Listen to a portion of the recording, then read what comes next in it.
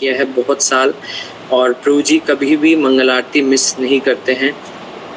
And प्रभु जी की आपने बहुत ही फेमस जो बुक है श्री भगवान ने कहा, उसको आपने पढ़ा होगा, उसके बारे में सुना होगा। सो प्रभु जी कितने दक्ष हैं वो हम जान सकते हैं। सो प्रभु जी का हम लोग वेलकम करेंगे बाय लाउडली चैंटिंग हरे कृष्ण महामंत्र। हरे कृष्णा हरे कृष्ण कृष्णा कृष्णा हरे हरे, कृष्ण हरे राम हरे राम हरे हरे राम राम राम हरे हरे कृष्ण हरे कृष्ण प्रभु जी। हाँ हरे कृष्ण। आवाज़ आ रही मेरी? यस प्रभु जी। अच्छा, आपका नाम क्या है प्रभु? मेरा नाम गौरव है प्रभु जी। हाँ गौरव कपडाल। हाँ कबडाल। यस गौरव प्रभु जी। कबडाल। तो मेरे साथ में आप रहेंगे, कौन रहेंगे साथ? यस प्रभु जी। हाँ, जब मैं पूछूं तो आप बताएंगे कि आप क्या सुन रहे हैं, ठीक है? ओके प्रभु जी। अच्छा, तो अभी क्या राधा माधव करें या फिर शॉर्ट में मंगलाचरण कर लें? प्रभु जी जैसे भी आपको कंफर्टेबल लगे, जैसे भी आप ठीक समझे। नहीं, उसमें हमारे क्या पास है 9 ना बजे कि तक है। 9 बजे तक है। यस प्रभु जी। अच्छा हाँ ठीक है, तो राधा माधव कर लेते हैं। ओके प्रभु जी। जय राधा माधव जय कुंज बिहारी, जय राधा माधव जय कुंज बिहारी, जय गोपी जन वल्लभ जय गिरिवर धारी, जय गोपी जन वल्लभ जय गिरिवर धारी, जय यशोदानंदन जय ब्रज जन रंजन, जय यशोदानंदन जय ब्रज जन रंजन, जय यमुना तीरा बनचारी, जय कुंज बिहारी, जय यमुना तीरा बनचारी, जय कुंज बिहारी, जय राधा माधव जय कुंज बिहारी, जय राधा माधव जय कुंज बिहारी, निताय गौर हरि बोल हरि बोल हरि बोल हरि बोल, जय प्रभुपदा प्रभुपदा प्रभुपदा जय प्रभुपदा, जय ओम विष्णुपाद परमहंस परिव्राजकाचार्य अष्टोत्तर श्री श्रीमदि डिवाइन ग्रेस अभय चरणारविंद भक्ति वेदांत स्वामी श्रील प्रभुपाद की जय। नित्य लीला प्रविष्ट इस्कॉन फाउंडर आचार्य saviour of the whole world Srila Prabhupada की जय। नामाचार्य हरिदास ठाकुर की जय। प्रेम से कहो श्री कृष्ण चैतन्य प्रभु नित्यानंदा, श्री अद्वैत गदाधर श्रीवासादि गौर भक्त वृंद की जय। श्री श्री राधा पार्थ सारथी ललिता विशाखा गोप गोपिका, श्याम कुंड राधा कुंड गिरि गोवर्धन की जय। श्री श्री गौरताई की जय।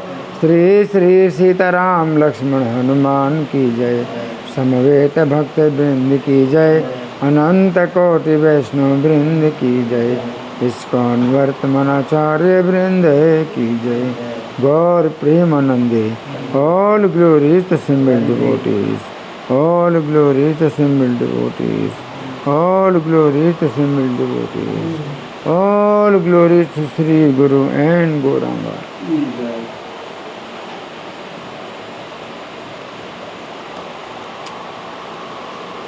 हरे कृष्णा। तो आज का जो विषय है विभिन्न प्रकार की योगा और योग की सीढ़ी और भक्ति योग ही सर्वश्रेष्ठ है, इस बात की चर्चा हमें करना है। तो सबसे पहले विभिन्न प्रकार की योगा। तो श्रीमद् भागवत के 11वें स्कंद का 20वां अध्याय, श्लोक संख्या 6, इसमें भगवान कहते हैं, श्री भगवान वाच योगास्त्रयो मया प्रोक्ता। भगवान कहते हैं योगास्त्रयो मया प्रोक्ता, 3 प्रकार के योग मेरे द्वारा पहले से ही बताए गए हैं। नृणाम श्रेयो विदित्सया, मनुष्यों के जिसमें कल्याण, मनुष्यों का जिसमें कल्याण होता है। तो ज्ञानम कर्म च भक्तिश्चा नोपायोन्योस्ति कुत्रचित। तो पहला तो ज्ञान योग है, दूसरा कर्म योग है और तीसरा भक्ति योग है। 3 योग हैं। नोपायोन्योस्ति कुत्रचित, और अन्य कोई उपाय नहीं है। तो इससे हमें पता चलता है कि बाकी जितने और योग कहलाते हैं, जैसे अष्टांग योग है, हठ योग है, तो कई प्रकार के योग हैं।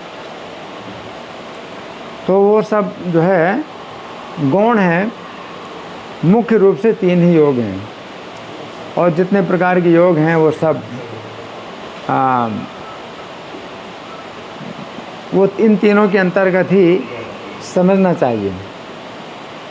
जैसे कि भगवद गीता, इसको योग शास्त्र कहा जाता है, योग शास्त्र। और गीता के जितने भी 18 अध्याय हैं, तो प्रत्येक अध्याय किसी न किसी प्रकार का एक योग है। जैसे पहला अध्याय है अर्जुन विषाद योग, दूसरा अध्याय सांख्य योग, तीसरा अध्याय कर्म योग, चौथा अध्याय ज्ञान कर्म संन्यास योग, 5वां अध्याय कर्म संन्यास योग, 6वां अध्याय आत्म संयम योग, 7वां अध्याय ज्ञान विज्ञान योग, 8वां अध्याय है अक्षर ब्रह्म योग, 9वां अध्याय है राज विद्या राज गुह्य योग, 10वां अध्याय है विभूति योग, 11वां अध्याय है विश्वरूप दर्शन योग, 12वां अध्याय है भक्ति योग, 13वां अध्याय क्षेत्रज्ञ विभाग योग, 14वां अध्याय है गुणत्रय विभाग योग, ये फिर 15वां अध्याय पुरुषोत्तम योग, 16वां अध्याय देवासुर संपद विभाग योग, 17वां अध्याय श्रद्धा त्रय विभाग योग, 18वां अध्याय मोक्ष संन्यास योग। तो प्रत्येक अध्याय के अंत में पुस्तिका में ये इन योगों के नाम आते हैं। जैसे ओम तत्सदिति श्रीमद्भगवद्गीतासु उपनिषत्सु ब्रह्म विद्यायाम योग शास्त्रे श्री कृष्णार्जुन संवादे। इतने शब्द तो प्रत्येक अध्याय के अंत में कॉमन हैं, सामान्य हैं। उसके बाद अध्याय का नाम है, जैसे अर्जुन विषाद योगो नाम प्रथमोध्याय। फिर दूसरा अध्याय में वो सब शब्द वही रहेंगे। अंत में सांख्य योगो नाम द्वितीयोध्याय। फिर तीसरे अध्याय में शब्द वही रहेंगे, कर्म योगो नाम तृतीयोध्याय। चौथे अध्याय में ज्ञान कर्म संन्यास योगो नाम चतुर्थोध्याय। 5वां अध्याय के अंत में कर्म संन्यास योगो नाम पंचमोध्याय। 6वें अध्याय के अंत में आत्म संयम योगो नाम षष्ठोध्याय।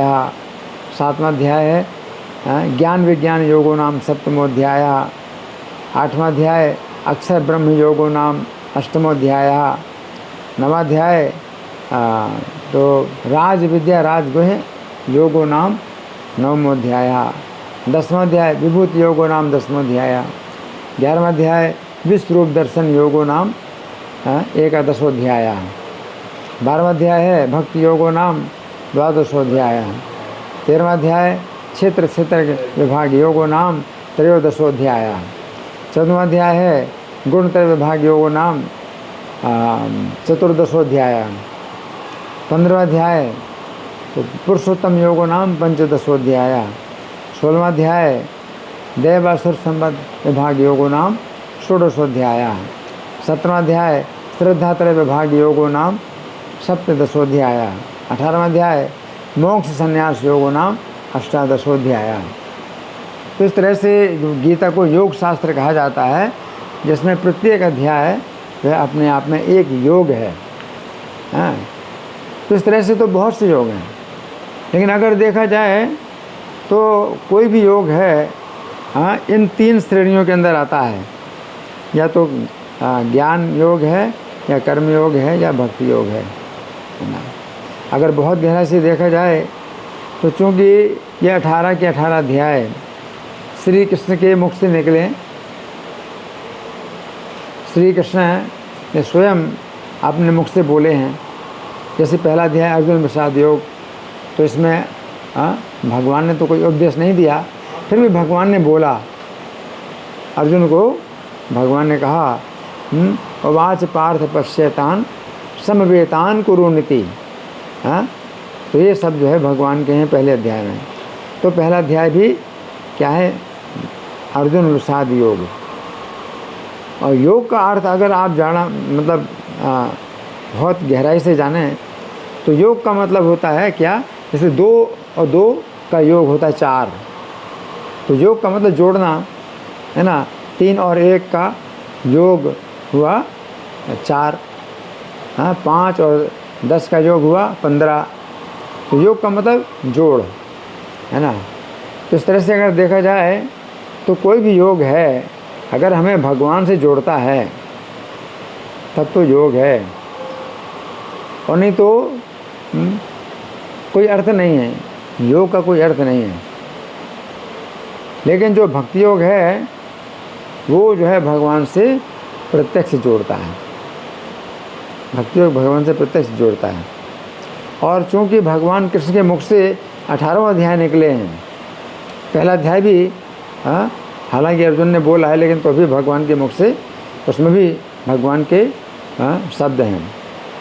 तो प्रत्येक अध्याय गीता का चूँकि भगवान ने बोला है, तो इसलिए वो प्रत्येक अध्याय हमें डायरेक्ट भगवान से जोड़ता है। तो ये बहुत शक्तिशाली योग है, और ये जो है भक्ति योग के अंतर्गत आ जाता है।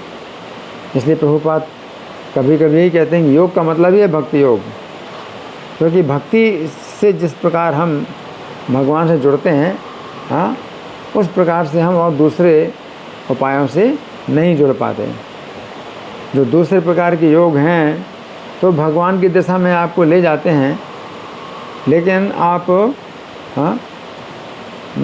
निकट नहीं जा सकते, भगवान के निकट नहीं जा सकते।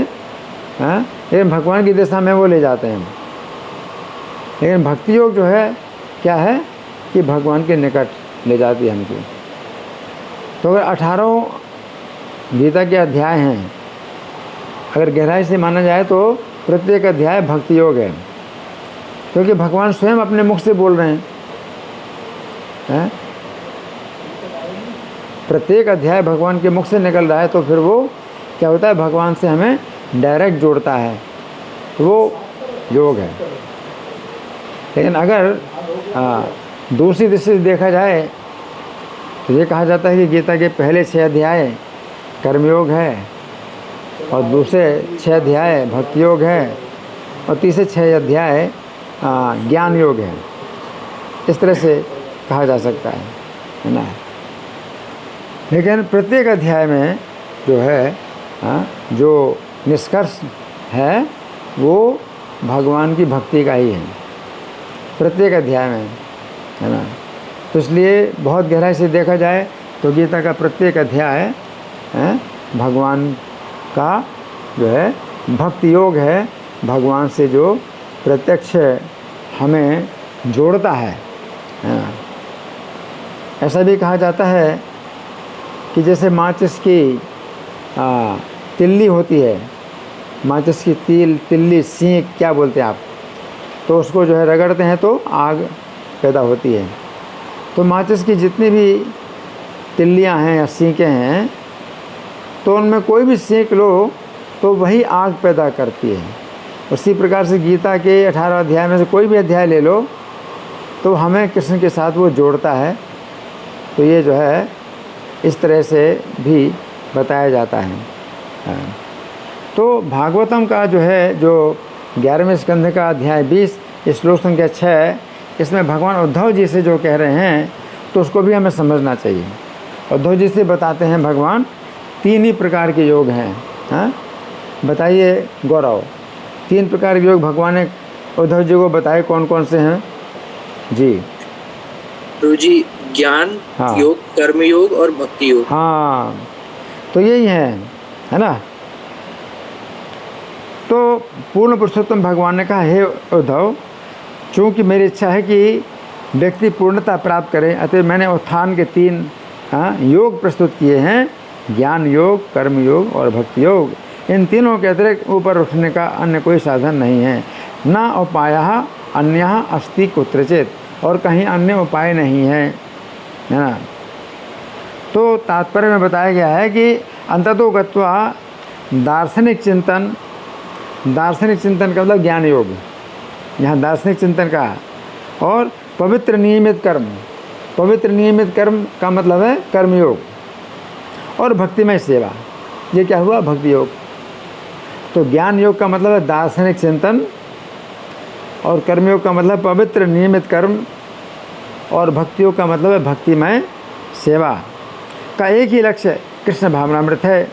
जैसा कि श्रीमद् भगवद गीता 4:11 में श्री भगवान ने कहा है, ये यथा माम प्रपद्यन्ते तान् तथैव भजाम्यहम् मम वर्तमानो वर्तन्ते मनुष्याः पार्थ सर्वशः। जो जिस भाव से मेरी शरण ग्रहण करते हैं उसी के अनुरूप मैं उन्हें फल देता हूँ। हे पार्थ, प्रत्येक व्यक्ति सभी प्रकार से मेरे पथ का अनुगमन करता है ना। तो इसका मतलब क्या है कि जो व्यक्ति मेरी जिस प्रकार से शरण लेता है ना। तो अब आप इसको इस तरह से भी समझिए कि भगवान के जो है 3 प्रकार के अनुभूतियाँ हैं, जो श्रीमद् भागवत में पहले स्कंध में बताया गया है। वो कैसा श्लोक है? वदन्ति तत्त्वविदस्तत्त्वं यस् ज्ञानम् अद्वयं ब्रह्मेति परमात्मेति भगवान इति शब्दते हैं।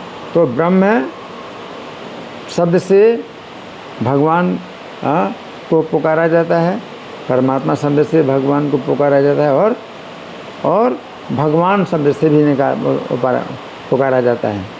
तो 3 शब्द हैं जो परम सत्य के जो है, परम सत्य के लिए 3 शब्दों का प्रयोग किया जाता है।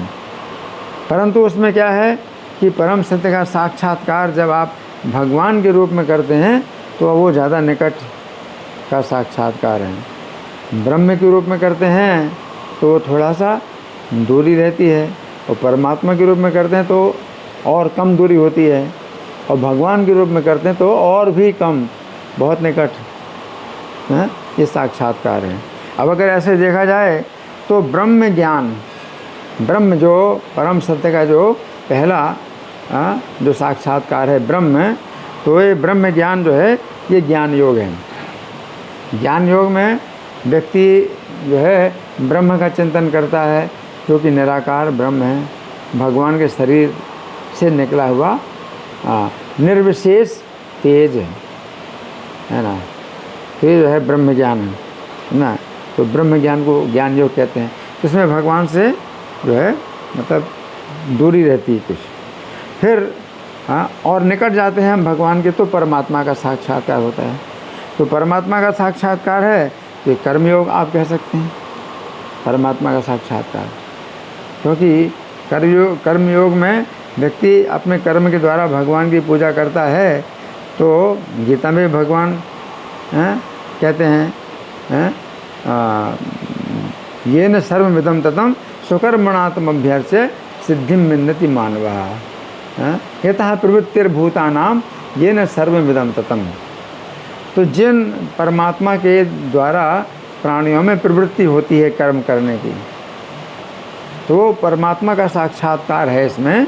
यतः प्रवृत्तिर्भूतानां की जो परमात्मा अलग अलग प्राणियों के हृदय में निवास करते हुए अलग अलग प्रकार की प्रवृत्ति प्रदान करते हैं।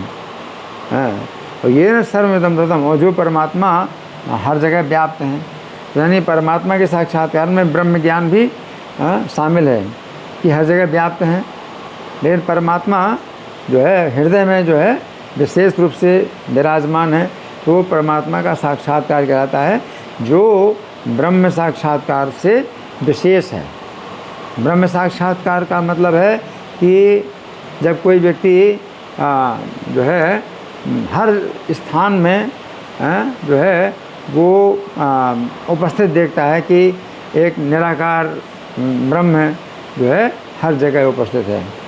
ये न सर्वमिदं ततम्, जिनके द्वारा सब कुछ व्याप्त है, सर्वव्यापी, तो वो ब्रह्म ज्ञान, तो वो ज्ञान योग के अंतर्गत आ जाता है। और जो कर्मयोग है तो उसमें अनुभव किया जाता है परमात्मा का।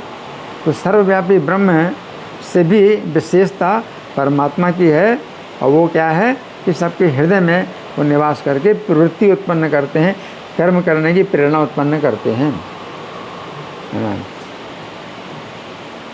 तो स्वकर्मणात्म, तो उन परमात्मा की अपने कर्म से पूजा करके सिद्धि विन्दति मानवा, मनुष्य लोग जीवन की सफलता प्राप्त करते हैं, अपने जीवन को सफल करते हैं। तो परमात्मा साक्षात्कार, तो कर्म योग में आप परमात्मा का साक्षात्कार कह सकते हैं, है ना। और फिर तीसरा भगवत साक्षात्कार, तो परमात्मा से भी ज़्यादा हम जब परम सत्य के निकट जाते हैं तो फिर हमें भगवान का साक्षात्कार होता है। हाँ, ये जो भगवान हैं तो ये सर्वव्यापी ब्रह्म भी हैं और सबके हृदय में परमात्मा भी हैं, लेकिन साथ साथ इनकी विशेषता क्या है कि जन्म कर्म च मे दिव्यम। ये जो विशेषता है भगवान की कि उनके जन्म कर्म दिव्य हैं, तो ये ब्रह्म में नहीं है और परमात्मा भी नहीं है। परमात्मा हृदय में निवास करते हैं तो प्रेरणा उत्पन्न करते हैं, है ना। स्मृति ज्ञानम, स्मृति ज्ञानम अपोहनम चा, तो वो लेकिन जो भगवान हैं तो उनमें ब्रह्म का भी गुण है, परमात्मा का भी गुण है, और भगवान की विशेषता क्या है कि जन्म कर्म से मे दिव्यम, मेरे जन्म कर्म दिव्य हैं, है ना। तो ये जो है भगवत साक्षात्कार, तो ये भक्ति योग। तो भक्ति योग में हम भगवान के जन्म कर्म, भगवान की लीला कथाएं का जो है श्रवण करते हैं, कीर्तन करते हैं और भगवान के चरणों में अपना जो है मन लगाते हैं, तो ये भक्ति योग कहलाता है। तो यहाँ पर तात्पर्य में लिखा है कि जैसा श्रीमद् भगवद गीता 4:11 में श्री भगवान ने कहा है, ये यथा माम प्रपद्यन्ते तां तथैव भजाम्यहम् हम, जो जिस प्रकार से मेरी शरण में लेते हैं। अगर कोई व्यक्ति ब्रह्म का चिंतन करता है तो उसको परम सत्य की अनुभूति उतनी ही होती है कि सर्वत्र व्यापी हैं, सर्वव्यापी हैं वो, परम सत्य पर सर्वव्यापी है। और कोई परमात्मा की जो है शरण लेता है, तो फिर उसको अनुभूति होती है कि जो परम सत्य हैं वो सर्वव्यापी हैं, साथ साथ सब प्राणियों के हृदय में भी विराजमान हैं, और वे जो है हमें कर्म करने की प्रेरणा देते हैं। तो ये जो है परमात्मा का साक्षात्कार कर्मयोग कहलाता है। और फिर जब और हम निकल जाते हैं तो जो भगवान हैं तो उनमें ब्रह्म की विशेषता है, सर्वव्यापी हैं, और परमात्मा की विशेषता सब प्राणी के हृदय में है, लेकिन विशेषता उनकी क्या है कि उनके जन्म और कर्म दिव्य हैं, है ना। तो ये सबसे ज़्यादा महत्वपूर्ण श्लोक है, जन्म कर्म च मे दिव्यम एवं जो वेति तत्वता। गीता का सबसे महत्वपूर्ण श्लोक जो है, प्रभुपाद ने सब अपने शिष्यों से पूछा कि गीता का सबसे महत्वपूर्ण श्लोक कौन सा है? तो किसी ने कहा जो है कि मैं शरीर नहीं हूँ, मैं आत्मा हूँ, जीवात्मा हूँ। तो ये तो ब्रह्म ज्ञान हो गया, है ना। और किसी ने कहा कि सर्वस्य चाहम हृदय सन्निविष्टो, हृदय में निवास करते हैं, तो प्रभुपाद ने कहे तो परमात्मा ज्ञान हो गया, है ना। तो जो भगवान का जो ज्ञान है वो किस प्रकार से होता है? जन्म कर्म च मे दिव्यम, मेरे जन्म कर्म दिव्य हैं। एवं जो वेति तत्व था, जो तत्व से जान ले, है ना, तो वो भगवान का तत्व है। परमात्मा के तत्व में ये बात नहीं जानी जाती और ब्रह्म के तत्व में भी ये बात नहीं जानी जाती, लेकिन भगवान के तत्व में ये बात जानी जाती है कि उनके जन्म कर्म दिव्य हैं, है ना। त्यक्त्वा देहम पुनर्जन्म नैति माम में सोचे, तो देह त्यागने के बाद मेरे पास आते हैं, वे पुनर्जन्म नहीं प्राप्त करते, है ना। तो यहाँ पर ये लिखा है, जो जिस भाव से मेरी शरण ग्रहण करते हैं, जिस भाव से मतलब कोई ब्रह्म के भाव में शरण ग्रहण करते हैं, है ना, तो उसी उनको फल मिलता है, तो उनको मुक्ति मिलती है। कैसी? निर्विशेष मुक्ति मिलती है, निराकार में मुक्ति मिलती है ना। और जो परमात्मा का जो है अनुभूति में भगवान की शरण लेते हैं, है ना, तो वो जो है इससे भी आगे उनको कुछ और सिद्धियां प्राप्त होती हैं, तो वो ब्रह्म जो तेज है, उस मुक्ति से ज़्यादा श्रेष्ठ स्थिति है कि उनको जो है क्या है, कुछ सिद्धियां प्राप्त हो जाती हैं। तो वो परमात्मा साक्षात्कार है। और जो भगवान के रूप में भगवान शरण लेते हैं, तो उनको जो है क्या होता है, मिलता है भगवान के जन्म और कर्म के जो है तत्व का ज्ञान मिलता है, और उसमें रस मिलता है, भगवान की कथा का रस मिलता है, तो वो जो है भगवत तत्व ज्ञान है। तो आगे यहाँ तात्पर्य में लिखा गया है, यद्यपि मानव जीवन सिद्धि की सभी प्रामाणिक विधियाँ अंततः कृष्ण भावनामृत या इस प्रेम की ओर ले जाती हैं, है ना। मतलब क्या है, ये जितनी भी विधियाँ हैं जीवन सिद्धि की, यानी योग, जितने प्रकार के योग हैं, अंततः कहाँ ले जाते हैं, कृष्ण भावनामृत या ईश प्रेम या कृष्ण प्रेम की ओर ले जाते हैं। किंतु विभिन्न कर्मियों की अपनी अपनी मनोवृत्तियाँ तथा योग्यताएँ होती हैं, और उनका आकर्षण आत्म साक्षात्कार की विभिन्न विधियों में होता है। आकर्षण है उनकी, अपने अपने आकर्षण होते हैं, है ना। आगे भगवान श्री कृष्ण यहाँ पर तीनों विधियों का एक साथ वर्णन ये बताने के लिए कर रहे हैं कि उनका चरम लक्ष्य एक है। साथ ही दार्शनिक चिंतन तथा नियमित पुण्य कार्य को कभी भी शुद्ध भगवत प्रेम के तुल्य नहीं माना जा सकता। तो यहाँ पर क्या बताएं, दार्शनिक चिंतन यानी ब्रह्म ज्ञान, है ना, यानी ज्ञान योग। तो ज्ञान योग को जो है ये शुद्ध भगवत प्रेम के समान नहीं है।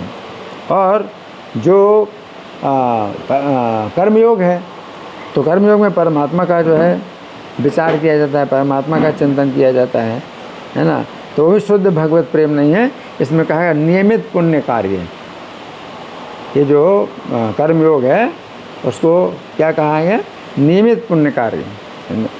तो ये दोनों चीज़ें, दार्शनिक चिंतन यानी ज्ञान योग, और दूसरा नियमित पुण्य कार्य यानी कर्मयोग, इन दोनों को कभी शुद्ध भगवत प्रेम के तुल्य नहीं माना जा सकता, है ना। यानी भक्ति योग, भक्ति योग में शुद्ध कृष्ण प्रेम होता है, तो इसके समान कभी भी नहीं है। आगे जैसा कि श्री भगवान ने पिछले अध्याय में स्पष्ट किया है, त्रया शब्द बताता है कि यद्यपि तीनों का उद्देश्य एक है, किंतु प्रगति तथा उपलब्धि के मामले में उनमें विविधता है ना। व्यक्ति को मात्र चिंतन या पुण्य कर्म द्वारा वही फल नहीं मिल सकता।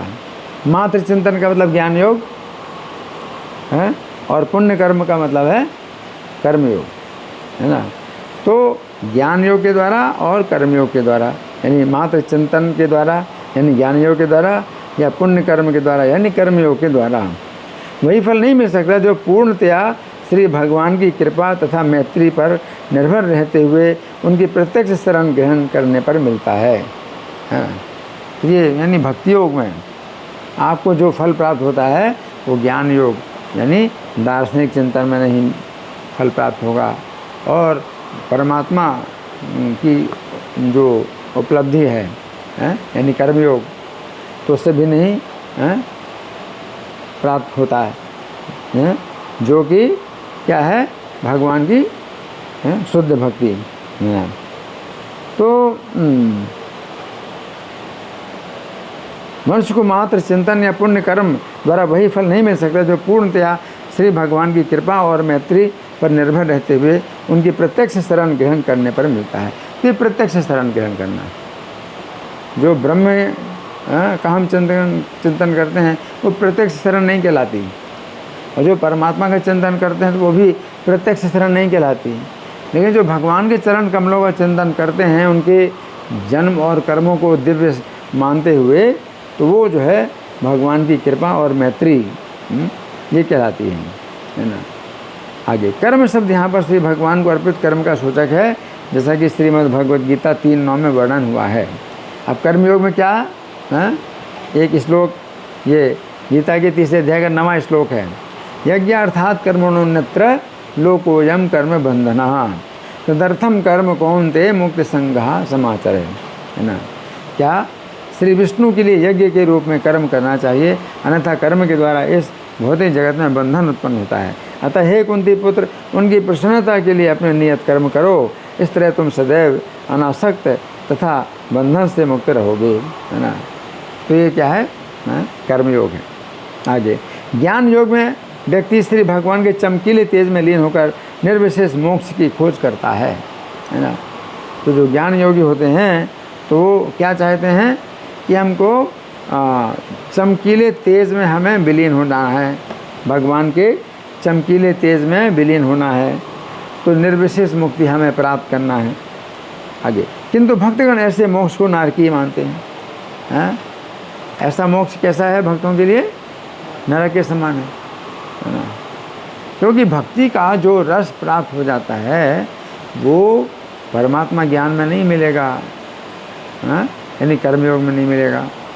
और भक्ति के रस का जो अनुभव है वो उसमें भी नहीं मिलेगा, ज्ञान योग में या ब्रह्म चिंतन दार्शनिक चिंतन में वो नहीं मिलेगा।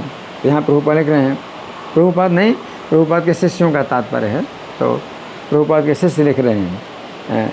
किंतु भक्तगण ऐसे मोक्ष को नारकीय मानते हैं, क्योंकि लीन होने से व्यक्ति परम पुरुष श्री भगवान के परम आनंदमय स्वरूप के प्रति अपनी सचेतता को खो देता है ना। तो इसका क्या मतलब है, भगवान का परम आनंदमय स्वरूप परम पुरुष, है ना, जिसमें वो भक्तों के साथ में अनेक प्रकार की भगवान लीलाएं करते हैं, है ना। तो वो जो सुख है, तो ज्ञान योग से प्राप्त होने वाले सुख की तुलना में वो करोड़ों करोड़ों गुना बहुत ज़्यादा है ना। तो यहाँ पर यहाँ लिखा गया है कि श्री भगवान के परम आनंदमय स्वरूप के प्रति अपनी सचेतता को खो देता है। कर्मी जन मोक्ष के अतिरिक्त मानव प्रगति के तीन पक्षों की धार्मिकता, आर्थिक विकास और इंद्रिय तृप्ति की खोज करते हैं ना। जो कर्मी लोग हैं वो क्या सोचते हैं कि 3 चीज़ों की आवश्यकता पूरी होगी उनकी। एक तो धर्म है, दूसरा अर्थ है और तीसरा काम है ना। जो ज्ञानी लोग हैं वो तो मोक्ष ही केवल पाना चाहते हैं, लेकिन जो कर्मी लोग हैं, है ना, तो वो लोग जो है मोक्ष के अलावा 3 पक्षों की खोज करते हैं, धर्म, अर्थ और काम। आगे सकाम कर्मी सोचते हैं कि वे अपनी असंख्य भौतिक इच्छाओं को समाप्त कर लेने पर भौतिक संसार रूपी अंधेरी सुरंग से आध्यात्मिक मोक्ष के प्रकाश में प्रवेश करेंगे, है ना। तो सकाम कर्मी क्या सोचते हैं कि अभी हमारे अंदर भौतिक इच्छाएँ हैं तो हम भौतिक इच्छाएँ अपनी पूरी कर लें। तो मतलब वो कर्म को जो है एक प्रकार से अनासक्त होकर कर्म करते हैं, लेकिन तो कुछ उनके अंदर जो भोगों की इच्छा है तो वो चाहते हैं कि उनको वो भोगें और इस तरह से अपनी इच्छा को समाप्त कर लें, तो फिर वो आध्यात्मिक मोक्ष के प्रकाश में प्रवेश करेंगे, यानी प्रकाश, है ना। आगे ये विधि अत्यंत खतरनाक है और अनिश्चित है, क्योंकि भौतिक इच्छाओं का कोई अंत नहीं है और नियमित कर्म योग में थोड़ी सी त्रुटि होने से भी पाप होता है, जो व्यक्ति को उन्नति के मार्ग से बाहर फेंक देता है। भक्तों का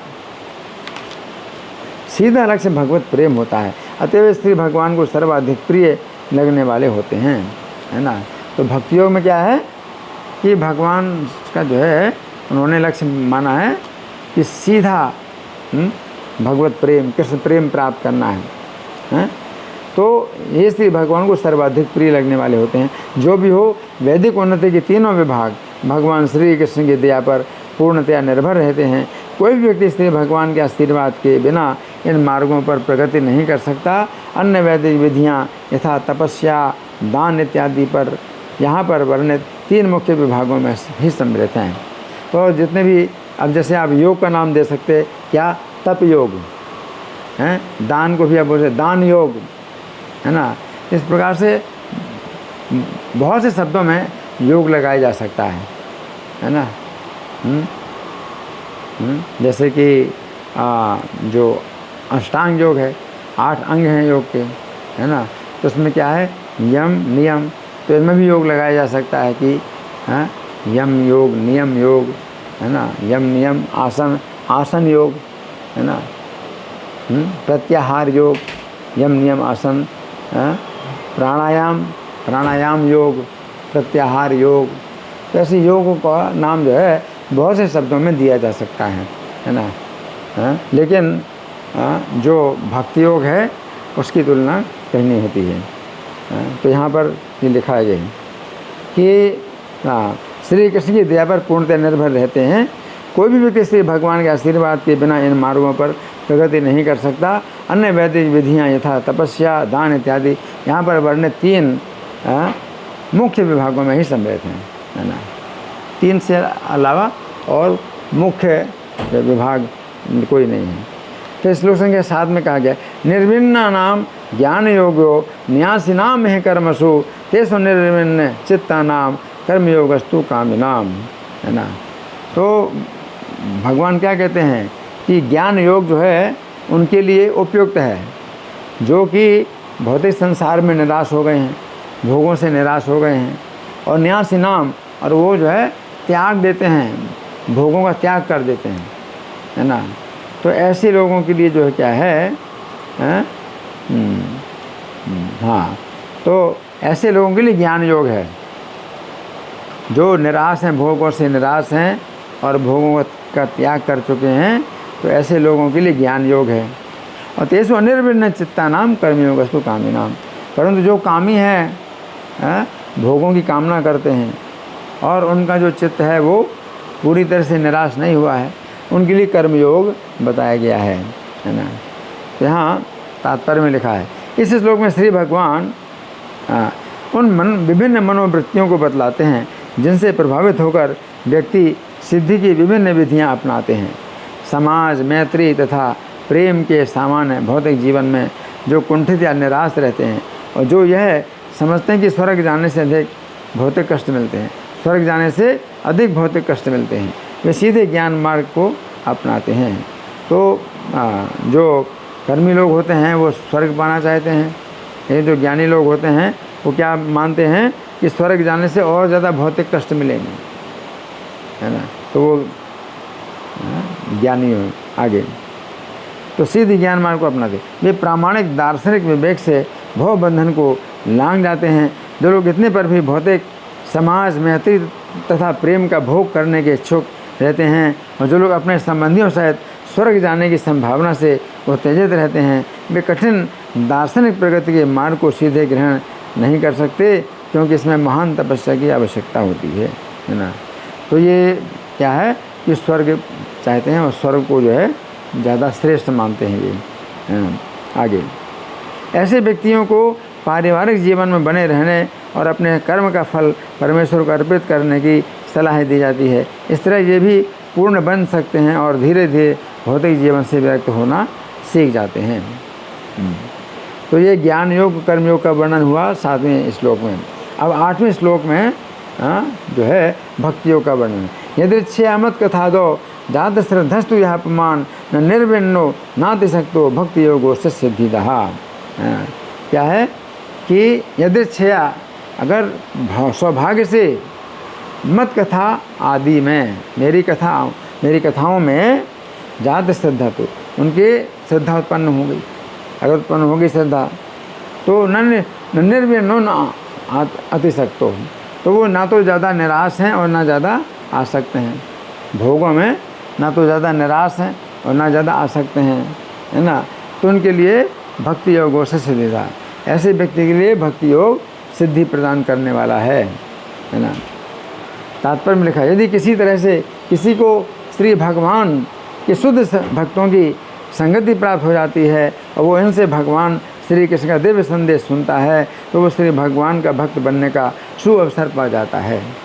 तो ये कहते हैं भगवान की भक्ति में अगर कोई व्यक्ति जो है बहुत सौभाग्यशाली है तो उसको जो है भक्ति की ओर उसको जो है खींचा जाता है, भगवान उसको भक्ति की ओर आकर्षित करते हैं, है ना।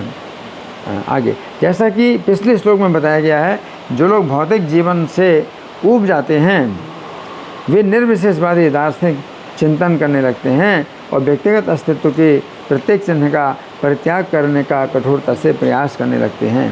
तो भौतिक जीवन से जो लोग ऊब जाते हैं तो वो लोग क्या चाहते हैं, वो क्या चाहते हैं कि हमें अपना व्यक्तित्व ही समाप्त कर देना चाहिए, हम ही ना रहें। अब शून्यवादी उसको शून्य बोलते हैं कि अपने को शून्य बनाना चाहते हैं, है ना। और जो वेदवादी हैं उसको वो कहते हैं ब्रह्म, कि हम जो है ब्रह्म में लीन हो जाएं, हम ब्रह्म में मिल जाएं। तो व्यक्तिगत अस्तित्व वो जो है ख़त्म करना चाहते हैं अपना, यानी ब्रह्म ज्योति में लीन हो गए, है ना, ब्रह्म ज्योति में लीन हो गए तो वो जो है उनके लिए सबसे बड़ी उपलब्धि है कि वो अपने अस्तित्व को ही समाप्त कर देते हैं, है ना। लेकिन जो भक्त हैं, भक्तों के लिए वो क्या है, नरक के समान है, केवल्यम नरकायते, है ना। आगे जो लोग अभी भौतिक इंद्रिय तृप्ति में लिप्त रहते हैं वे अपने सामान्य कर्म का फल परमेश्वर को अर्पित करके अपने आप को शुद्ध बनाने का प्रयत्न करते हैं, है ना। तो कर्मयोग में ये है, कर्मयोग में ये है कि वो शुद्ध बनाने का प्रयत्न करते हैं। तो कैसे, अपने कर्म का फल परमेश्वर को अर्पित करके।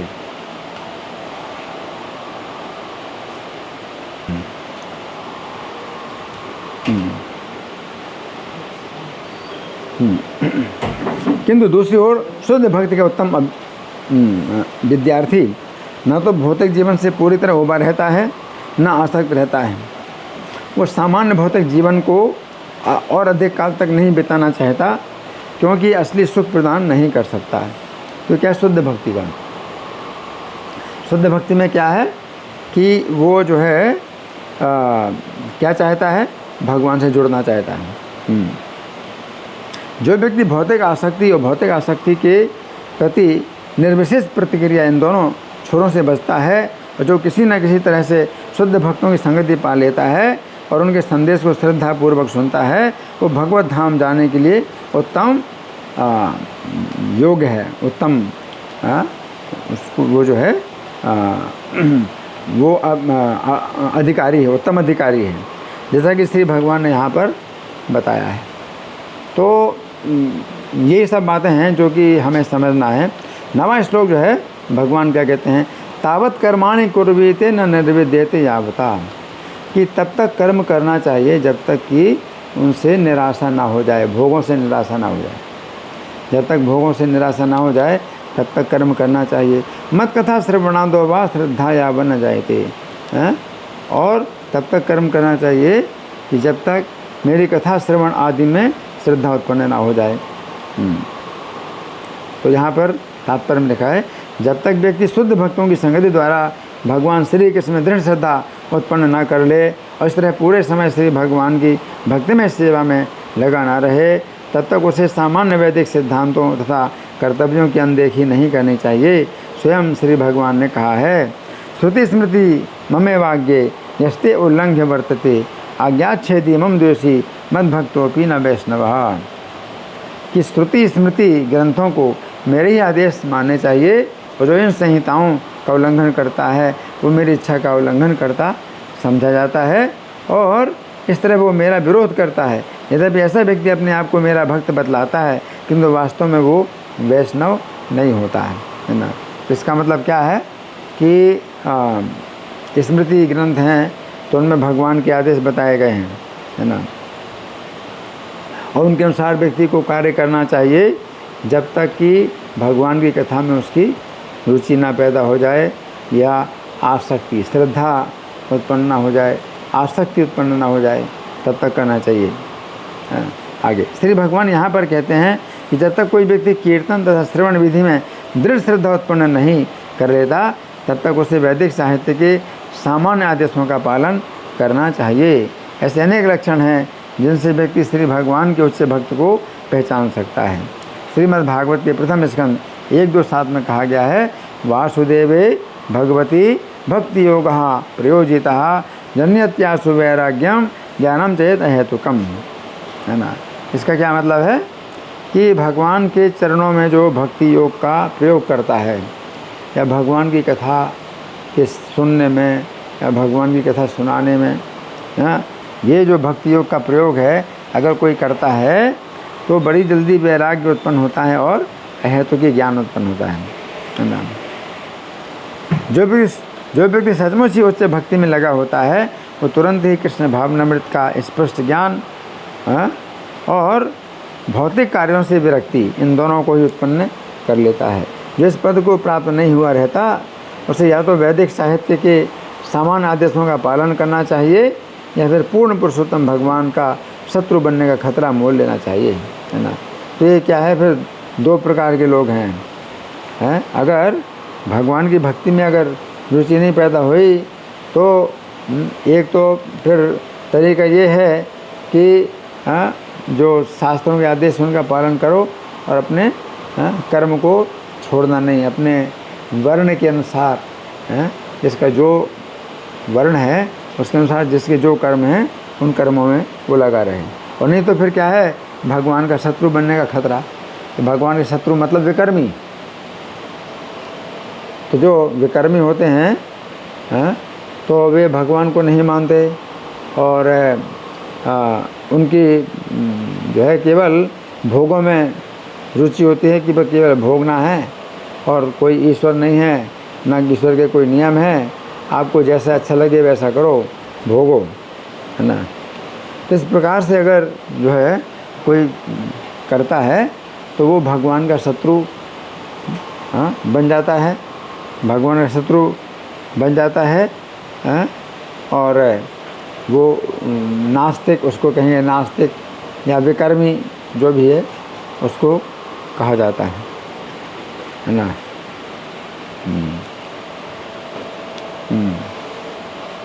दूसरी ओर जो व्यक्ति भगवान श्री कृष्ण की भक्ति में महान श्रद्धा उत्पन्न कर लेता है वैसी कोई बात करने से हिचकिचाता नहीं, जैसे श्री भगवान का उद्देश्य आगे बढ़े।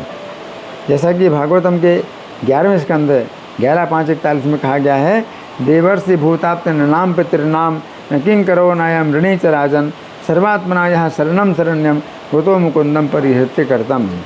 जिसने भी समस्त प्रकार के कर्तव्यों को त्याग कर मुक्तिदाता मुकुंद के चरण कमलों की शरण ले ली है, इस मार्ग को गंभीरता के साथ ग्रहण किया है, वो देवताओं के प्रति ऋण से मुक्त हो जाता है, मुनियों के ऋण से मुक्त हो जाता है, सामान्य जीवों के ऋण से मुक्त हो जाता है, परिवार के ऋणों से मुक्त हो जाता है और पितरों के ऋण से भी मुक्त हो जाता है, सब प्रकार के ऋणों से मुक्त हो जाता है।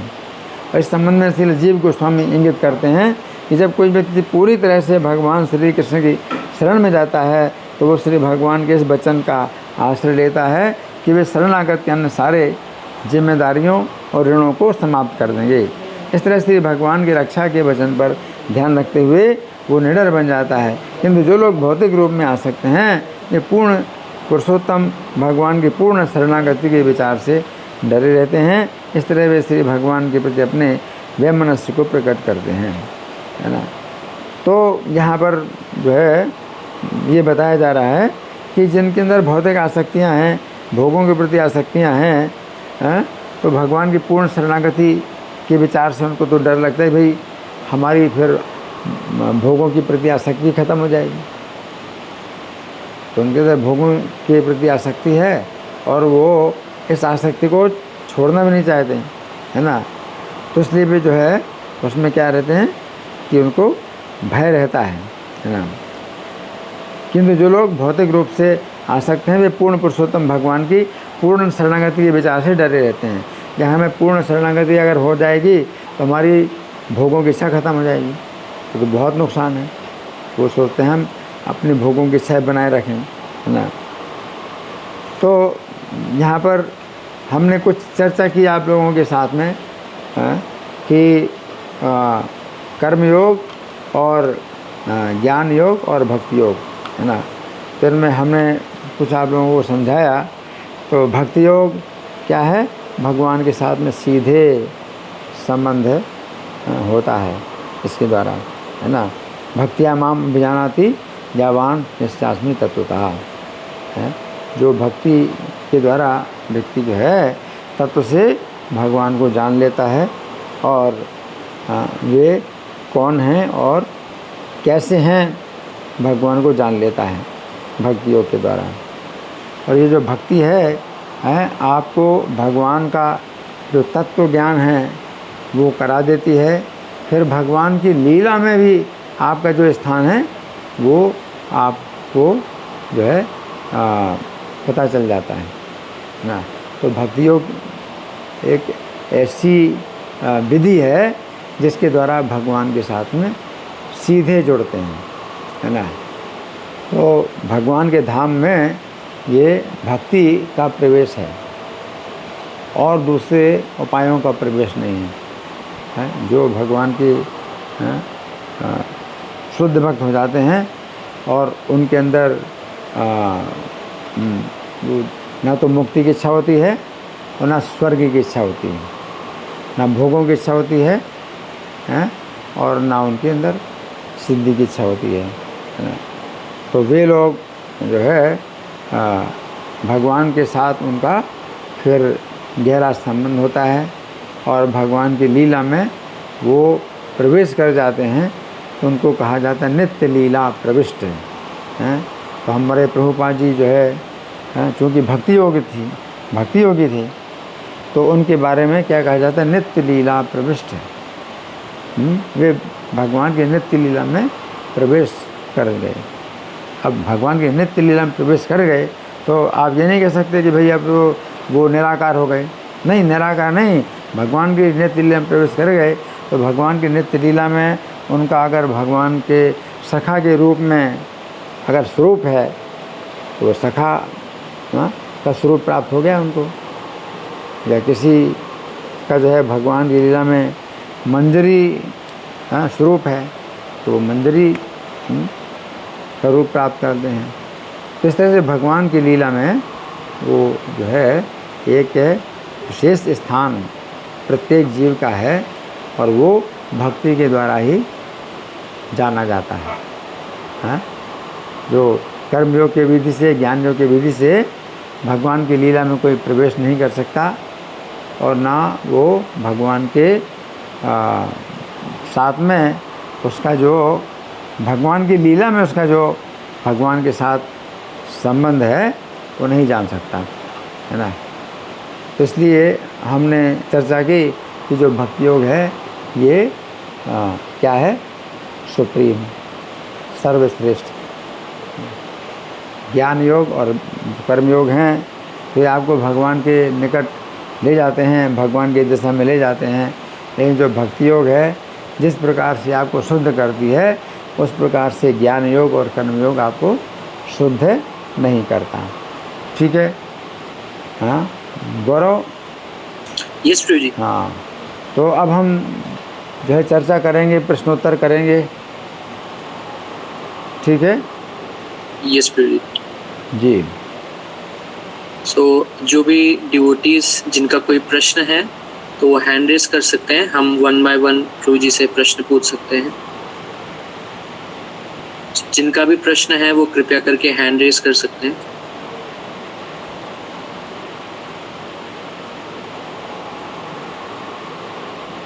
हाँ, अभी प्रभु जी किसी का प्रश्न नहीं है। प्रभु जी अच्छा। मेरा एक प्रश्न है। हाँ जी। प्रभु जी जैसे आपने बताया कि जो कर्म योग है वो परमात्मा का जो फीचर है भगवान का उस पे फोकस करते हैं। हाँ। और जो ब्रह्म के रूप में भगवान को जो ज्ञान योग वाले हैं। हाँ। तो प्रभु जी जैसे ज्ञान योग क्या कर्मयोग से श्रेष्ठ है? क्योंकि जो ब्रह्म का फीचर है भगवान का वो परमात्मा फीचर से लो रैंक में आता है, मतलब हाँ। ऐसे। हाँ। तो कर्मयोग ज्यादा अच्छा हुआ ज्ञान योग से? हाँ, ज्ञान योग से ज़्यादा अच्छा कर्म योग हुआ। लेकिन बस कर्म में जो है क्या है, कर्म योग में एक कर्मी लोग भी होते हैं जिनको कर्मी कहते हैं। तो वो जो है ज्ञानियों से नीचे हैं, क्योंकि कर्मी लोग हैं जो कि स्वर्ग की इच्छा करते हैं। तो कई बार कर्मी और कर्मयोगियों को जो है मिक्स कर दिया जाता है ना। तो फिर वो जो है थोड़ा सा ये हो जाता है कि भाई कौन ऊपर है कौन नीचे पता नहीं चलता है। जो कर्मी लोग हैं वो स्वर्ग पाना चाहते हैं। भुक्ति मुक्ति सिद्धि कामी सकल अशांत। एक तो भुक्ति कामी है तो वो कर्मी कहलाते हैं, भुक्ति कामी कर्मी कहलाते हैं, तो वो सबसे नीचे हैं। भुक्ति और मुक्ति कामी जो है ज्ञानी कहलाते हैं।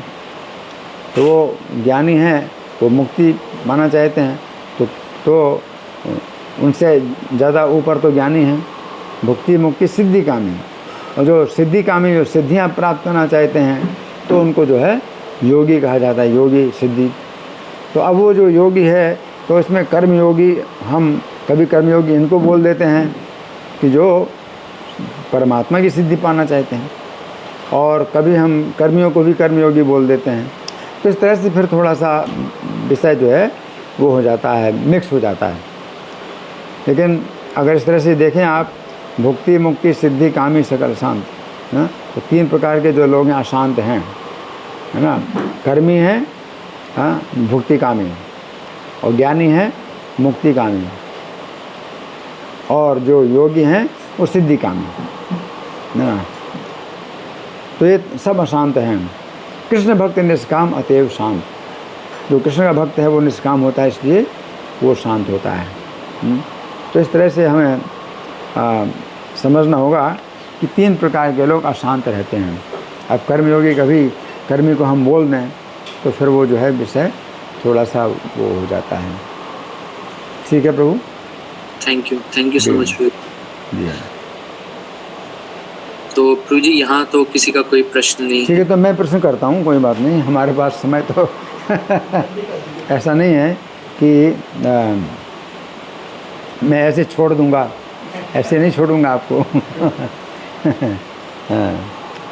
तो यहाँ पर बताया गया है कि निर्विण्य नाम ज्ञान योगो न्यासी नाम यह कर्मसु। जो कि भोगों से निराश हो गए और जिन्होंने जो है कर्मों का त्याग कर दिया, कर्मों से विरक्त हो गए, भोगों से निराश हो गए और विरक्त हो गए, त्याग दिया, भोगों को त्याग दिया, भोगों से निराश हो गए और भोगों को त्याग दिया, उनके लिए ज्ञान योग है। और तेसु अनिर्विण्ण चित्ता नाम कर्मयोगसु कामी नाम। और जो कामी है, जो कि निराश नहीं हुए भोगों से और कामी है, उनके लिए कर्मयोग है ना। तो यहाँ पर कर्मयोग बताया गया है कामियों के लिए, जो कि स्वर्ग की प्राप्ति करना चाहते हैं। तो यहाँ पर ये बताया गया कर्मयोग है कि जो स्वर्ग की प्राप्ति करना चाहते हैं। तब ये बताइए कि जो कामी है, जो ज्ञानियों ने भोगों का त्याग कर दिया और भोगों से निराश हो गए, और ये जो है जो दूसरे प्रकार के लोग हैं जो भोगों से निराश नहीं हुए हैं और वो भोगों की कामना करते हैं, है ना। तो ये जो कर्म योग यहाँ बताया गया है, तो इस कर्म योग को हम इस कैसे समझेंगे। हमने तो बताया कर्म योग जो परमात्मा का जो साक्षात्कार है उसमें आते हैं, तो इसको हम कैसे समझाएं, कौन बताएगा। प्रभु जी मुझे ही बताना है या फिर पार्टिसिपेंट्स में से भी बता सकते हैं। अब देखिए, क्योंकि आप हमारे बीच में है ना, तो बाकी ऑडियंस से मैं सीधे जुड़ा नहीं हूँ, आपसे जुड़ा हूँ। तो आप ये प्रश्न उन लोगों से रखिए, वो बताएं, आप उनको बोलिए, तो फिर वो अनम्यूट करेंगे, कैसे करेंगे। यस प्रभु जी, अनम्यूट करेंगे। हाँ, तो सो किन्हीं को अगर आंसर करना है तो वो हैंड रेस कर सकते हैं।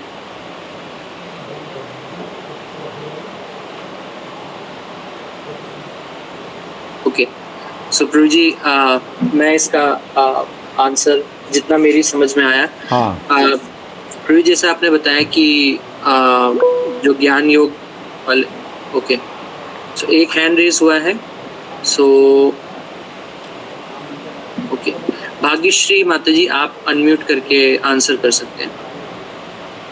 हरे कृष्ण प्रभु जी, धन्य प्रणाम। हाँ जी। प्रभु जी, आपने ये कहा था कि मतलब ऐसे लोगों जो कर्मी लोग होते हैं उन लोगों को तब तक कर्म करना चाहिए जब तक कि मतलब भगवान के प्रति उनकी आसक्ति या रुचि उत्पन्न ना हो जाए, ऐसा। हरे कृष्ण। हाँ, फिर से तो धीरे धीरे बोलिए, बहुत फास्ट बोला ना आपने, रुक रुक के बोलिए।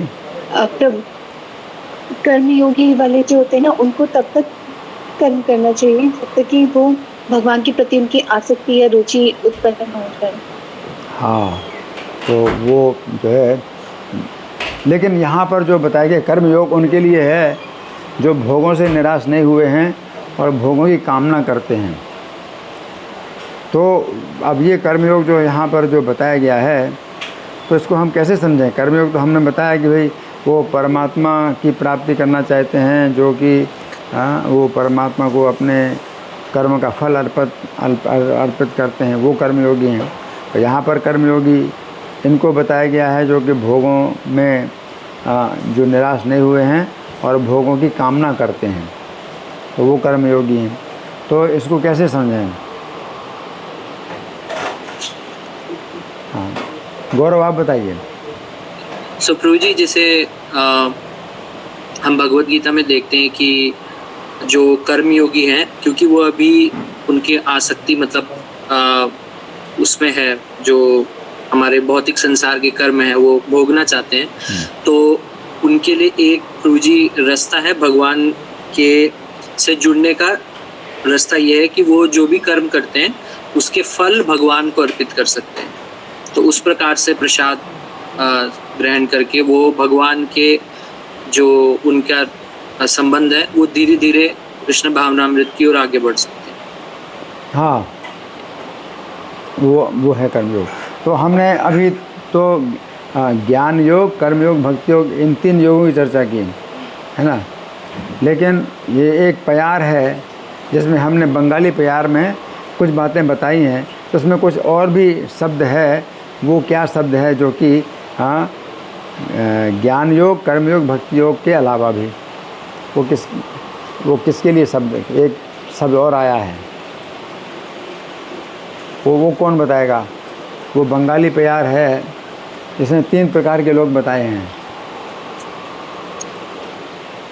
सो जो पार्टिसिपेंट बताना चाहते हैं कृपया करके हैंड रेज कर सकते हैं अगर आप आंसर करना चाहते हैं क्वेश्चन।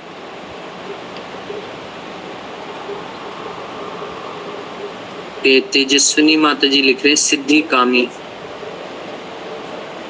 और कोई बताना चाहेंगे? प्रभु जी, ऐसा पूछना था, कर्म मुझे जवाब तो आपने दिया लेकिन मेरे ख्याल में नहीं है, इंसान ने कर्म योग के ऊपर फोकस करना चाहिए क्या भक्ति योग पे फोकस करना चाहिए 50 की उम्र में? अभी मेरा प्रश्न है, हमने एक बंगाली प्यार बार बार बोली है जिसमें 3 प्रकार के लोगों को कहा गया अशांत हैं। 3 प्रकार के लोगों को अशांत कहा गया है। वो 3 प्रकार के लोग कौन कौन से हैं? या वो प्यार किसी को याद है? प्रभु जी, कर्म योगी, ज्ञान योगी और ओके, तेजस्विनी माता जी आप अनम्यूट करके बता सकते हैं। हाँ, 3 प्रकार के लोग अशांत। हाँ प्रभु जी, भुक्ति, मुक्ति और सिद्धि कामी, तो मतलब ये कर्मयोगी, ज्ञान योगी और अष्टांग योगियों की बात की जा रही है। हाँ, लेकिन हम उनको कर्मी बोलें तो उससे जो है अंतर पता चल जाएगा कि वो कर्मी योगी तो ज्ञान योगी से ऊपर है, लेकिन ज्ञान योगी से नीचे अगर कोई है तो वो कर्मी उसको कहते हैं। तो एक शब्द और भी हम जोड़ देते हैं, कर्मी। तो आप समझ गए, अशांत हैं, तीनों अशांत हैं, ठीक है ना। तो यहाँ तीनों में कोई भक्त नहीं है, तीनों में कोई भक्त नहीं है, तो तीनों अशांत हैं।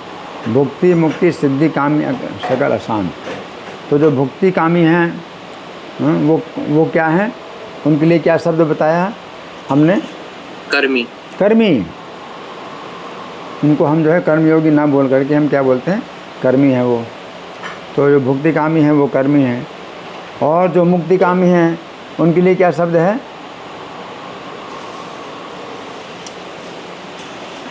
ज्ञानी। ज्ञानी है ना, उनके लिए ज्ञानी शब्द है। भुक्ति मुक्ति। और फिर सिद्धि कामी के लिए क्या अर्थ है? इनके लिए क्या शब्द है? सिद्धि कामी योगी। योगी। तो यहाँ पर योगी का मतलब है जो सिद्धिकामी हैं तो मुक्ति से ऊपर हैं। मुक्ति जो ज्ञान में कोई मुक्ति पाना चाहता है तो अपना जो है व्यक्तित्व ही समाप्त करना चाहता है, लेकिन जो सिद्धिकामी है अपने व्यक्तित्व को बनाए रखना चाहता है तो वो ज्ञानी से ज़्यादा अच्छा है कि वो सिद्धियाँ प्राप्त करना चाहता है तो अपने व्यक्तित्व को बनाए रखना चाहता है, तो वो जो है वो ज्ञानी से श्रेष्ठ है। तो उसको आप कर्मयोगी कह सकते हैं।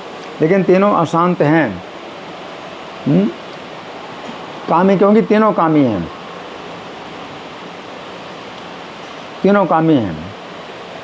पहला है भुक्ति कामी जो कि हम कहते हैं कर्मी, और दूसरा है मुक्ति कामी जिसे हम कहते हैं ज्ञानी या ज्ञान योगी, और तीसरा सिद्धि कामी जिसे हम कहते हैं योगी या कर्मयोगी। लेकिन सकल अशांत, ये सब अशांत हैं। क्यों अशांत हैं? क्योंकि वे जो है कामना कर रहे हैं कुछ न कुछ। लेकिन कृष्ण भक्त निष्काम, कृष्ण भक्त निष्काम है। तो कृष्ण का भक्त निष्काम है, तो निष्काम का मतलब क्या है कि उसके अंदर भी कामना है, लेकिन वो कामना क्या है? कृष्ण की सेवा की। जो हम लोगों को हरे कृष्ण मंत्र दिया गया है, तो हम जब इस मंत्र का जाप करते हैं तो इस मंत्र में हमारी प्रार्थना होती है कि मुझे अपनी सेवा में लगाइए। तो ये जो है भौतिक कामना नहीं है। बाकी सब जो है भौतिक कामना होती है। जब भोगों की कामना है तो सबसे नीचे है। फिर उसके ऊपर मुक्ति की कामना है, वो उसके ऊपर है। ये भी भौतिक कामना है। क्यों? कि भगवान की सेवा को छोड़ करके हम अगर जन्म मरण से मुक्त होना चाहते हैं तो ये भी क्या है? भौतिकता है, भौतिक है। क्योंकि हम भगवान की सेवा ना करके और भगवान से स्वतंत्र होकर के हम मुक्त होना चाहते हैं। अशांति मिलेगी। जब तक हम भगवान की सेवा में नहीं लगते तब तक शांति नहीं मिल सकती। तो भुक्ति कामी अशांत है, वो स्वर्ग पाना चाहता है, भगवान की सेवा को छोड़ करके स्वर्ग में इंद्रियों का भोग करना चाहता है, अशांत है। दूसरा है मुक्ति कामी, तो भी भगवान की सेवा को छोड़ करके वो जन्म मरण से भी छूटना चाहता है कि मैं छूट जाऊँ जन्म मरण से। तो वो कामी, वो भी कामी हैं और अशांत है।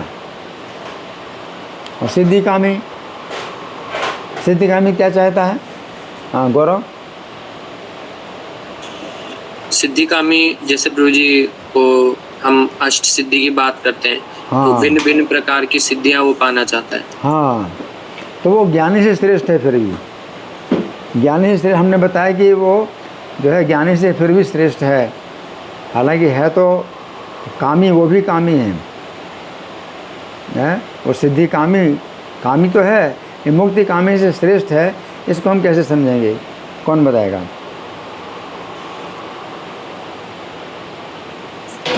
कृपया करके हैंड रेस कर सकते हैं। मेरा प्रश्न बताइए, मेरा प्रश्न मेरा प्रश्न क्या है? मैंने क्या प्रश्न किया?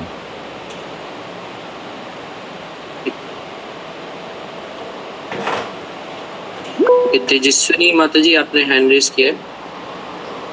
हरे कृष्ण प्रभु जी, धन्य प्रणाम। प्रभु जी, आपने पूछा कि मुक्ति कामी जो है वो सिद्धि कामी से मतलब लो कैसे, मतलब सिद्धि कामी श्रेष्ठ क्यों है मुक्ति कामी से? हाँ, तो ये आपने पूछा है। हाँ। तो इसमें प्रभु जी आपने बताया कि मुक्ति कामी जो है वो एक तरह से आध्यात्मिक रूप से खुद को मतलब खत्म ही कर देना चाह रहे हैं कि हम पूरा विलीन ही हो जाएं, हमारा एग्जिस्टेंस, हमारी जो इंडिविजुअलिटी है वो ही खत्म हो जाए। लेकिन जो सिद्धि कामी है वो ऐसा नहीं चाहता। हाँ, वो अपनी इंडिविजुअलिटी को तो बनाए रखना चाहता है, तो वो उससे श्रेष्ठ है, परंतु फिर भी अशांत है। फिर भी अशांत है, हैं? तो शांति क्यों नहीं मिलती इन तीनों को? कौन बताएगा? इन तीनों को शांति क्यों नहीं मिलती?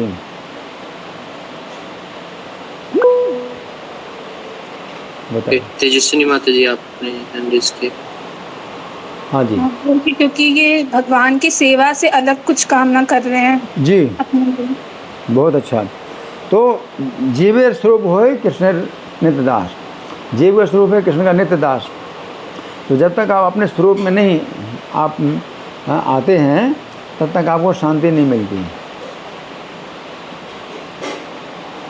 आप भगवान की सेवा को छोड़ करके, भगवान से स्वतंत्र हो करके, भगवान की सेवा से भी स्वतंत्र हो करके हैं, आप जो है कोई भी चीज़ चाहते हैं तो आपको शांति नहीं मिलती।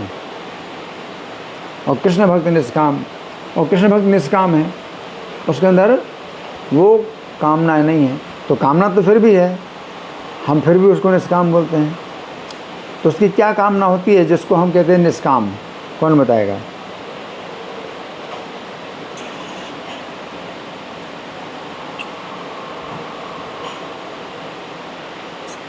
कोई बताना चाहेंगे तो हैंड रेज कर सकते हैं। सो प्रभु जी, जो ये तीनों चीज नहीं चाहते, ओके, एक ही विश्वास आप बता सकते हैं। हरे कृष्ण प्रभु जी, हरे कृष्ण प्रभु जी, दंडवत प्रणाम। हाँ जी, हाँ जी। प्रभु जी, वो चाहता है भगवत धाम प्राप्त करना चाहता है। भगवत धाम क्या प्राप्त करना चाहते हैं? जी जी प्रभु जी। नहीं, मेरा प्रश्न क्या है? मेरा प्रश्न क्या है? चलिए मेरा प्रश्न बताइए। सो प्रभु जी, आपका प्रश्न है कि जो इन तीनों से पृथक जो है निष्काम, उसका क्या, वो क्या इच्छा करता है? हाँ, उसके अंदर भी कामना होती है। कामना? जो भक्त है तो उसके अंदर क्या कामना होती है? उसको निष्काम कहा जाता है। उसके अंदर कामना क्या होती है? ओके, शाश्वत देवी दासी।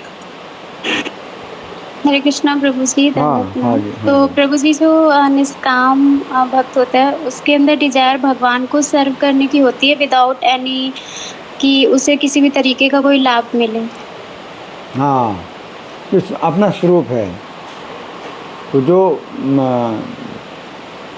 जब हम कृष्ण की जो है सेवा मांगते हैं, तो ये जो है क्या होता है, हमें शांति प्राप्त होती है इसमें, क्योंकि हमारा ही स्वरूप है।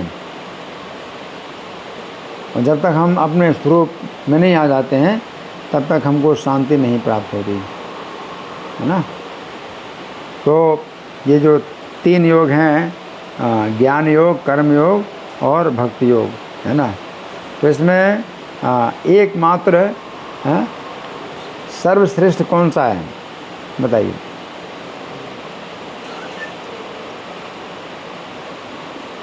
आप लोग हैंड रेज कर सकते हैं जो भी आंसर करना चाहें।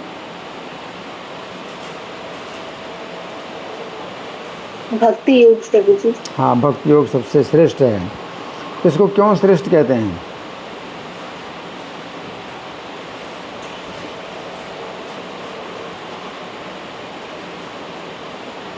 क्योंकि प्रभु जी, ये तेजस्विनी माता जी, आप बता सकते हैं। हरे कृष्ण प्रभु जी, क्योंकि जीव का वास्तविक स्वभाव जो है भगवान की सेवा करना है, और वो भक्ति योग में ही संभव हो पाता है। हाँ, तो इसी में शांति मिलती है। तो हमारा जो स्वरूप है वो उनका भगवान का नित्य दास है। तो जब तक अपने स्वरूप में हम नहीं आते हैं तब तक हमें जो है शांति नहीं मिलती। और असली मुक्ति यही है, मुक्ति है तो अन्यथा रूपम स्वरूपेण व्यवस्थिति, ये मुक्ति है, असली मुक्ति ये है।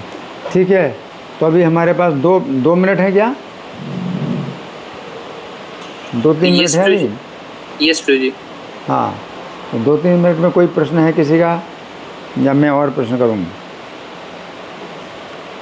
किसी का कोई प्रश्न है तो वो हैंड रेज कर सकते हैं, पूछ सकते हैं प्रभु जी से। हरे कृष्णा। किसी का कोई प्रश्न है तो वो भी हैंड रेज कर सकते हैं। गीता के जो 18 अध्याय हैं तो प्रत्येक अध्याय अपने आप में योग है ना। तो इसको हम कैसे समझेंगे? अगर हम 3 ही योग भगवान ने बताए हैं, कर्म योग और ज्ञान योग और भक्ति योग, तो गीता के जो 18 अध्याय है, जो अलग अलग 18 योग हैं, उनको हम कैसे समझेंगे?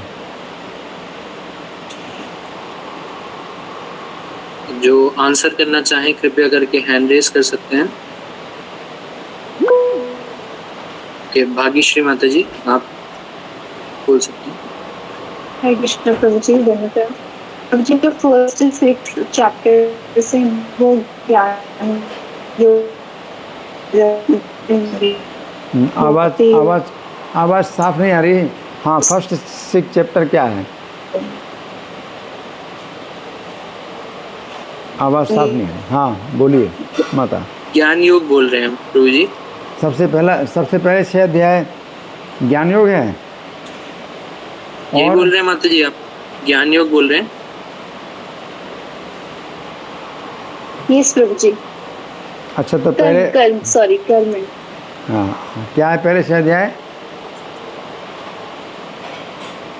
फर्स्ट 6 प्रभु जी कर्म योग है। हाँ ठीक है। बीच की जो 6 है वो भक्ति योग है एंड देन ज्ञान योग है। हाँ, इस तरह से गीता में इस तरह से बताया गया। अच्छा, यहाँ पर जो श्लोक है इसमें क्रम कैसा बताया? ज्ञान योग, कर्म योग, भक्ति योग। ज्ञान योग, कर्म योग, भक्ति योग, इस तरह से बताया। इन गीता में जो क्रम है ये ऐसा क्यों है कि भक्ति को बीच में रखा है और कर्म योग पहले है और ज्ञान योग बाद में है और भक्ति योग को बीच में रखा है? तो इसको हम कैसे समझें? तो जो भी आंसर करना चाहें कृपया करके हैंड रेज कर सकते हैं।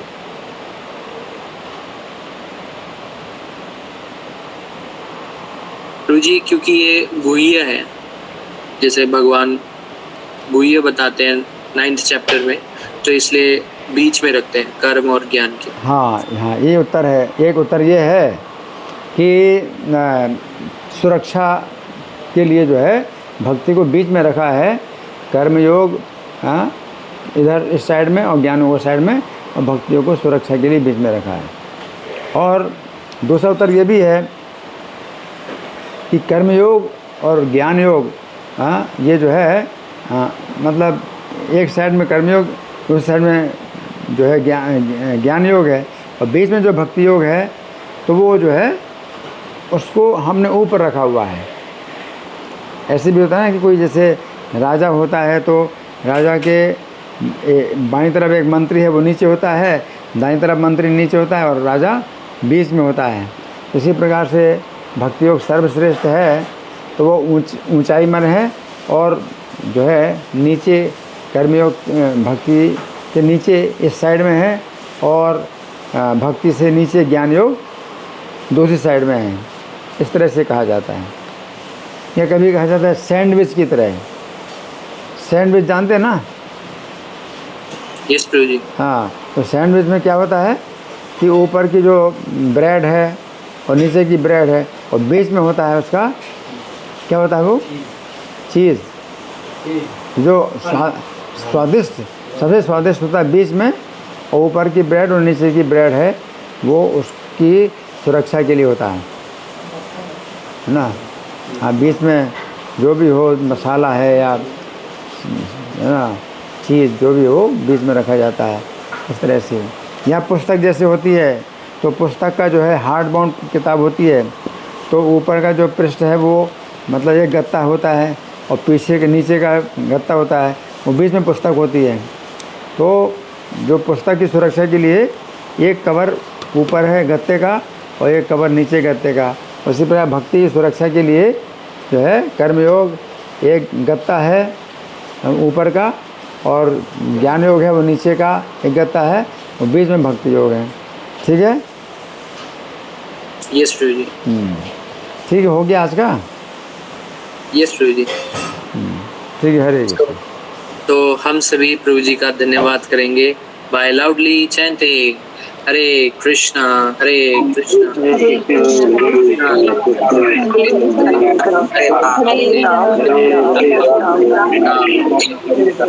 Thank you so much prabhu ji, आपने समय निकाला अपने बिजी शेड्यूल से। Thank you.